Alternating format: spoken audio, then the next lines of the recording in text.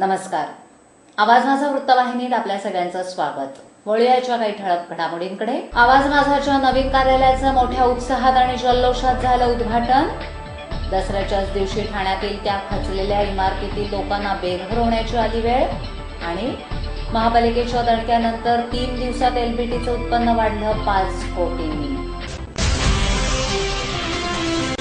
ठाणे शहरातील in cable आणि यूजकॉड 18 या नेटवर्कवर प्रसारित होणाऱ्या आवाज माझा वृत्तवाहिनीच्या नवीन कार्यालयाचं उद्घाटन काल दसऱ्याच्या शुभ मुहूर्तावर करण्यात आलं.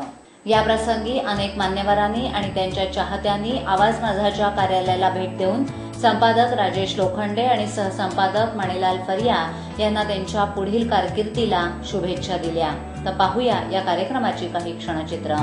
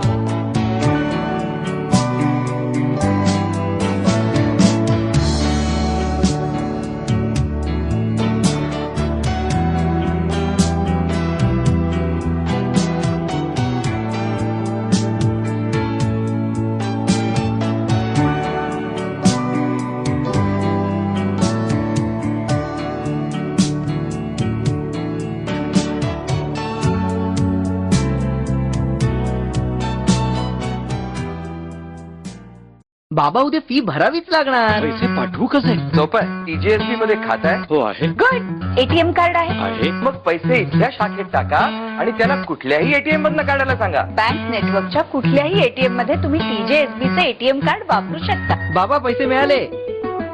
आता बँकिंग इज नो टेन्शन यार. क्लस्टर डेव्हलपमेंटवरून ठाण्यामध्ये रणकंधन माजलं असतानाच शनिवारी नितीन कंपनी जंक्शन इथे कॉलम खचून 4 मजली इमारत खचल्यानं खळबळ उडाली. ठाणे महापालिकेनं रहिवाशांना तात्काळ बाहेर काढत इमारत रिकामी केली. तर या इमारतीला लागूनच आणखीन एक इमारत आहे, ती देखील रिकामी करण्यात आली. नितीन कंपनी जंक्शन येथील रामचंद्र नगर इथे सूर्यदर्शन नावाची तळमजला अधिक 4 मजली 18 ते 20 वर्ष जुनी ही इमारत आहे. या इमारतीमध्ये 35 कुटुंब राहत होती. या इमारतीचा पाठीमागचा कॉलम खचला. तसंच इतर काही ठिकाणी इमारतीला तडे गेले. त्यानंतर ही इमारत थोडीशी झुकली देखील गेली. हा प्रकार निदर्शनास आल्यानंतर पोलीस बंदोबस्तामध्ये अग्निशमन दलाच्या मदतीनं रहिवाशांना सुखरूपपणे बाहेर काढण्यात आलं. इमारतीला लागूनच असलेल्या तेजादीप या इमारतीच्या दिशेनं ही इमारत झुकल्यानं तेजादीप ही इमारत देखील रिकामी करण्यात आली आहे. तिथे 45 कुटुंब राहत होती. पालिका आता या इमारतींची तपासणी करून त्यानंतरच तेजादीप ही इमारत राहण्यासाठी योग्य आहे का नाही हे ठरणार असल्याचं एका अग्निशमन दलाच्या अधिकाऱ्यानं सांगितलं. तर तेजादीप ही इमारत धोकादायक नसल्याचं पालिकेकडून स्पष्ट करण्यात आलंय. दसऱ्याच्या पूर्वसंध्येलाच रस्त्यावर यावं लागल्यानं इमारतीतील रहिवाशांची अवस्था अतिशय केविलवाणी झाली होती.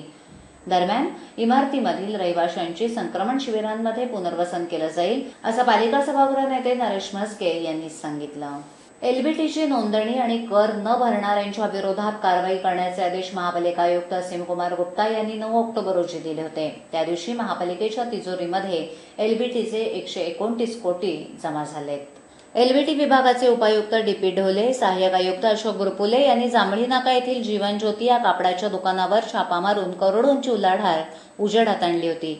त्यानंतर दुसऱ्याच दिवशी गोखले रोड येथील एका कापडाच्या दुकानावर आणि हरिनिवास सर्कल येथील दारूच्या दुकानावर छापा टाकला. त्यामुळे व्यापाऱ्यांची एकच पळापळ सुरू झाली होती. गेले 6 महिने महापालिकेचा एलबीटी भरण्यास टाळाटाळ करणाऱ्या व्यापाऱ्यांनी 10 ऑक्टोबर रोजी 2 कोटी 10 लाख, 11 ऑक्टोबर रोजी 1 कोटी 63 लाख आणि 9 ऑक्टोबर रोजी 1.25 कोटी असे 5 कोटी रुपये 3 दिवसात महापालिकेच्या तिजोरीत भरले. त्यामुळे महापालिकेचा एलबीटी 129 कोटीवरून 134 कोटींवर पोहोचलाय. राज्य शासनाच्या दुय्यम नोंदणी विभागाकडून सुमारे 34 कोटींचं उत्पन्न महापालिकेला मिळण्याची अपेक्षा आहे. तसंच मार्गस्थ दाखल्यांची देखील वसुली सुरू आहे. त्यामुळे महापालिकेची आर्थिक परिस्थिती हळूहळू सुधारण्याची शक्यता व्यक्त केली जाते. मागील आठवड्यामध्ये छापा मारण्यात आलेल्या व्यापाऱ्यांकडून देखील कोट्यावधींचा एलबीटी वसूल होण्याची अपेक्षा महापालिकेतील अधिकाऱ्यांनी व्यक्त केली आहे. महापालिकेतील अनेक व्यापारी ठाणे महानगरपालिकेकडे एलबीटी कमी प्रमाणात भरत आहेत. त्यांच्यावर देखील अधिकारी लक्ष ठेवून आहेत. दसरा दिवाळी सणांच्या दरम्यान मोठ्या प्रमाणामध्ये उलाढाल करणाऱ्या व्यापाऱ्यांच्या उलाढालीची माहिती घेण्याचं काम एलबीटी विभागातील अधिकारी करतायत. त्यामुळे पुढील काही काळामध्ये व्यापाऱ्यांना कर चुकवणं शक्य होणार नसून महापालिकेच्या तिजोरीमध्ये लाखो रुपयांचा एलबीटी दर दिवशी जमा होईल असा विश्वास अधिकाऱ्यांनी व्यक्त केलाय. संजय गांधी राष्ट्रीय उद्यानालगत असलेल्या बागळे इस्टेट येथील इंदिरानगर परिसरातील एका टेकडीच्या माथ्यावर एक सुंदर असं महालक्ष्मीचं मंदिर असून या मंदिराभोवतालची भौगोलिक रचनाही फार सुंदर आहे. अशा या मंदिरामध्ये यंदाचा नवरात्र उत्सव मोठ्या उत्साहात आणि जल्लोषात साजरा करण्यात आला.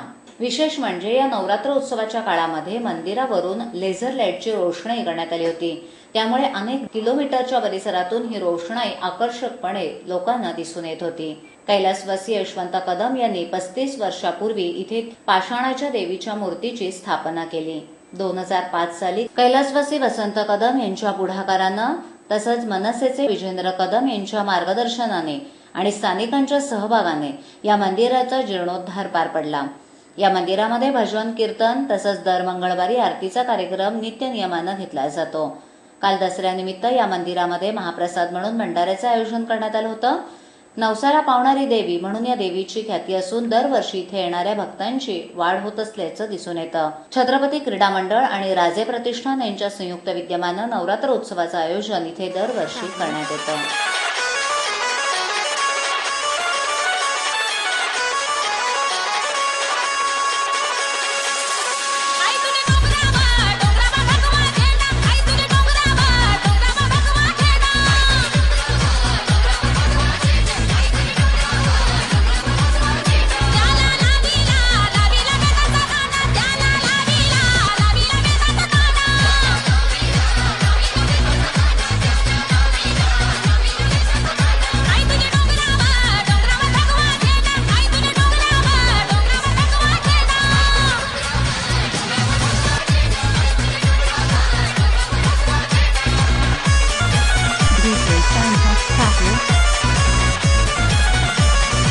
DJ Santosh Cattle. मंदिराची जी स्थापना आहे ती कमीत कमी 40-45 वर्षापूर्वी स्वर्गीय यशवंत कदम यांनी इथं पाषाण स्वरूपी मूर्ती स्थापन करून इथं छोटंसं कौलारू एक मंदिर होतं आणि त्याच्यानंतर 2001-2002 नंतर इथं छत्रपती क्रीडा मंडळाच्या वतीने त्याच्यावर थोडे छोटे मोठे कार्यक्रम घेण्यात आले आणि ते करता करता आता हे 2005-2006 मध्ये त्याचा संजय गांधी राष्ट्रीय उद्यान आहे. हे बाजूला असल्यामुळे इथे विविध प्रकारचे पक्षी, शेकडो प्रकारचे फुलपाखरे आणि अनेक जातीचे प्राणी पक्षी बघायला भेटतात. पण जो भाविक येतो त्यांना त्याचं देवीचं दर्शन घेता घेता इथल्या पूर्ण शहराचं पण दर्शन लोकांना लाभतं. आजच्या ठळक घडामोडी शेवटी पुन्हा एकदा. आवाज माझाच्या नवीन कार्यालयाचं मोठ्या उत्साहात आणि जल्लोषात झालं उद्घाटन. दसऱ्याच्याच दिवशी ठाण्यातील त्या खचलेल्या इमारतीतील लोकांना बेघर होण्याची आली वेळ. आणि महापालिकेच्या दणक्यानंतर 3 दिवसात एलबीटीचं उत्पन्न वाढलं 5 कोटींनी. आपल्या विभागातील काही सूचना अथवा समस्या असल्यास त्या आमच्यापर्यंत जरूर पोहोचवा. आम्ही तुमचा आवाज नागरिकांपर्यंत नक्की पोहोचवू. आम्हाला संपर्क करण्यासाठी आमचा पत्ता आवाज माझा 103 साईलेक आदर्श नगर समोर कोलवाड रोड ठाणे पश्चिम. आमचा दूरध्वनी क्रमांक 9774503326. तर मग उद्या पुन्हा भेटू याच वेळी याच ठिकाणी काही नवीन घडामोडींसह आवाज माझा वृत्तवाहिनीत. तोपर्यंत नमस्कार.